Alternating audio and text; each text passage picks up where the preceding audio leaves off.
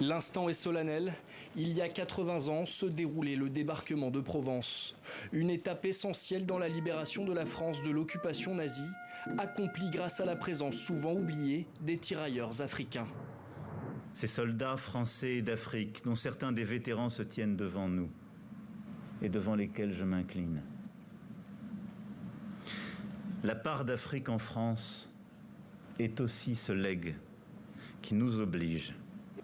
En participant à ce débarquement aux côtés des Américains, Canadiens et Britanniques, les 250 000 troupes françaises, essentiellement venues des colonies en Afrique, ont permis à la France de s'asseoir à la table des vainqueurs de la Seconde Guerre mondiale.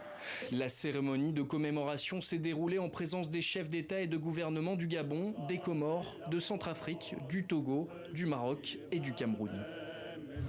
Partout où les combats les ont menés, ces valeureux soldats venus d'Afrique occidentale ou de l'Afrique équatoriale, de Madagascar ou de l'océan Indien se sont magnifiquement illustrés.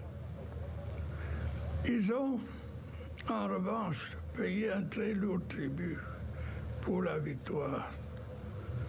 Des combattants exemplaires, souvent héritiers des traditions guerrières immémorables, admirable de courage, d'audace et de loyauté.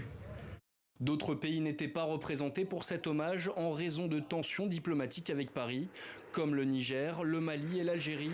De son côté, le Burkina Faso a envoyé un chargé d'affaires.